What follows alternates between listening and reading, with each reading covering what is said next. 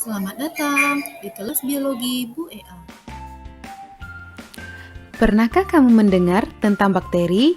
Mungkin kamu berpikir bakteri itu merugikan bagi manusia ya? Eits, jangan salah. Ternyata sebagian bakteri ada yang menguntungkan loh bagi manusia.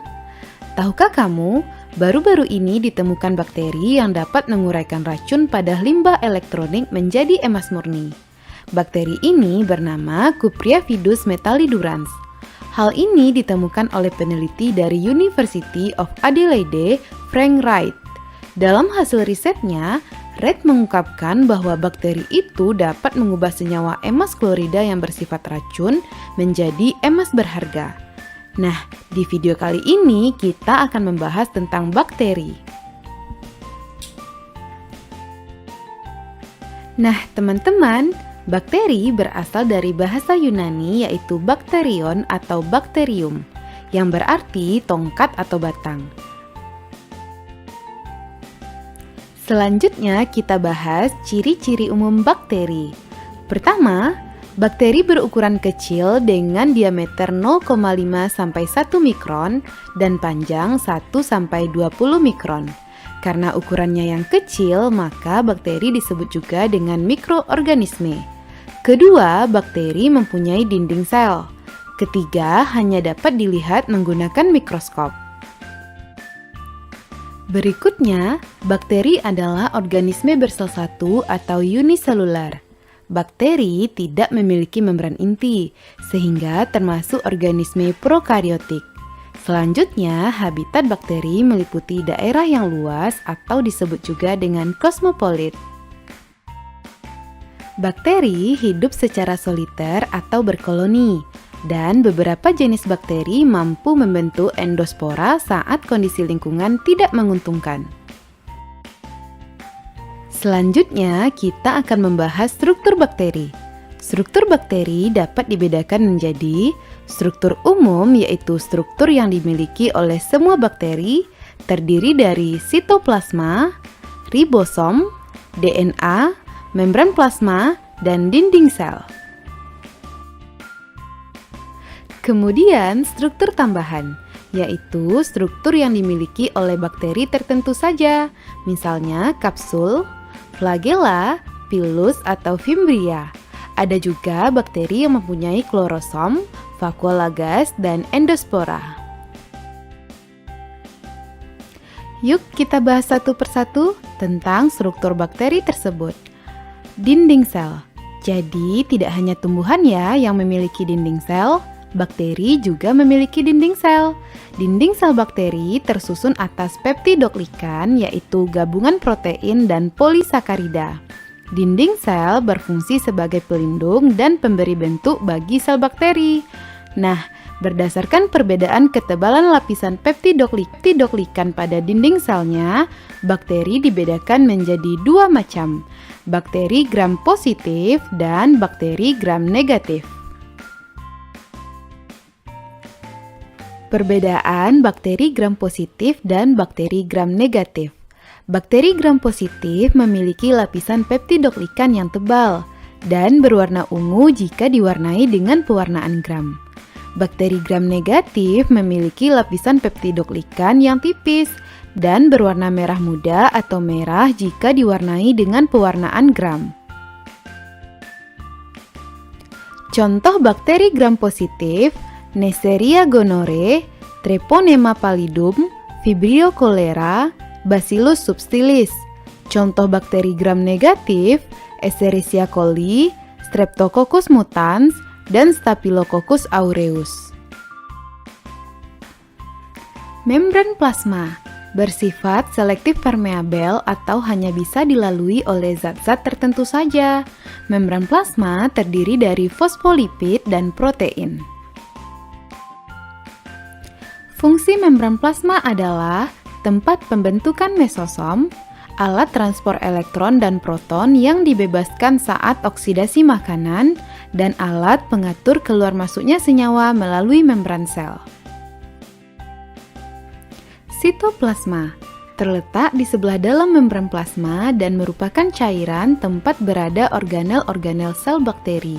Mengandung asam nukleat, protein, karbohidrat, lemak, ion organik, dan kromatofora. Fungsinya sebagai tempat terjadinya reaksi-reaksi kimia sel. Ribosom adalah organel berupa butiran-butiran yang tersebar di sitoplasma dan mengandung RNA. Fungsinya sebagai tempat sintesis protein.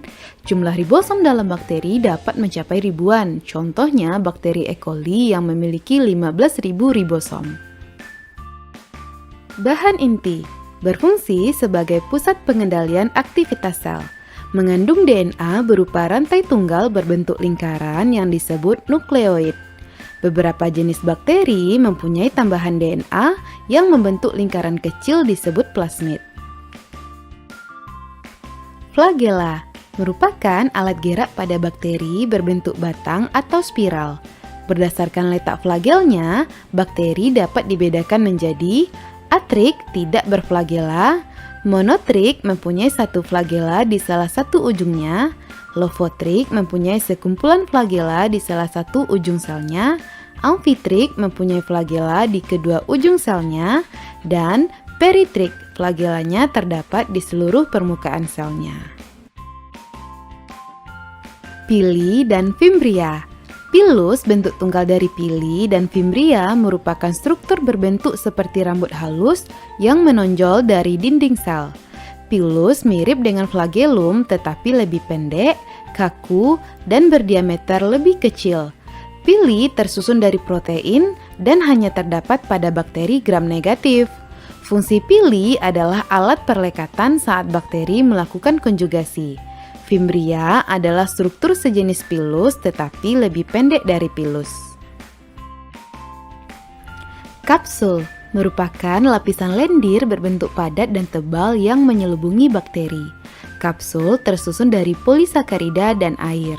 Lendir ini menjadikan permukaan sel bakteri menjadi licin. Fungsi kapsul sebagai alat pertahanan dan perlindungan bagi bakteri, mencegah bakteri dari kekeringan, sebagai alat pelekat pada inang, dan sumber makanan bagi bakteri. Klorosom merupakan struktur yang berada di bawah membran plasma, mengandung pigmen klorofil dan pigmen lainnya yang berperan dalam proses fotosintesis.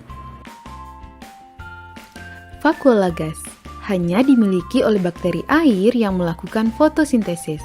Fungsinya agar bakteri dapat mengapung di permukaan air untuk memperoleh cahaya.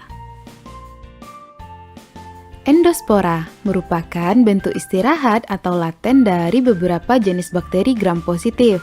Endospora mengandung sedikit sitoplasma, materi genetik, dan ribosom.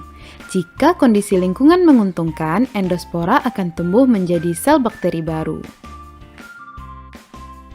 Selanjutnya kita bahas bentuk-bentuk bakteri. Pada dasarnya bentuk bakteri ada 3 macam, yaitu bacillus atau batang, coccus atau bola, dan spirillum atau spiral. Nah, berikut macam-macam bentuk bakteri.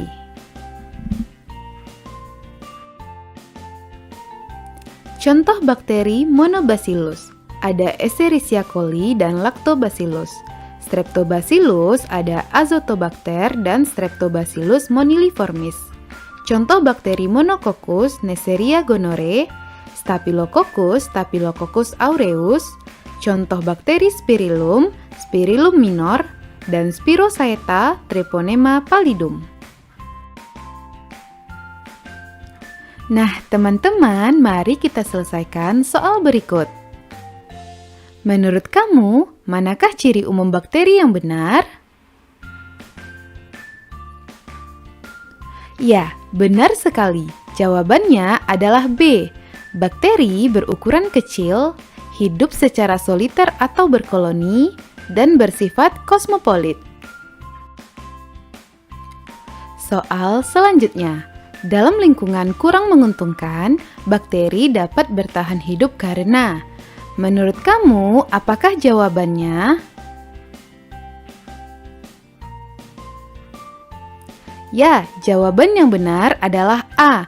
Bakteri dapat bertahan hidup karena mampu membentuk endospora untuk melindungi diri. Soal berikutnya tentang bentuk sel bakteri dan contohnya yang tepat. Menurut kamu, jawaban yang benar adalah?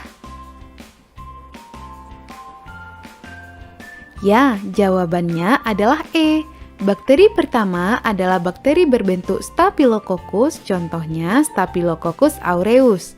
Sedangkan bakteri kedua berbentuk Streptobacillus dan contohnya Streptobacillus moniliformis. Nah, sampai di sini. Mari kita bahas tentang pembelajaran hari ini. Bagaimana saja kita bisa menemukan masalah lingkungan paling mendesak yang dihadapi dunia saat ini? Hari ini. Menurutmu, bagaimana saja kita bisa menemukan pembelajaran hari ini?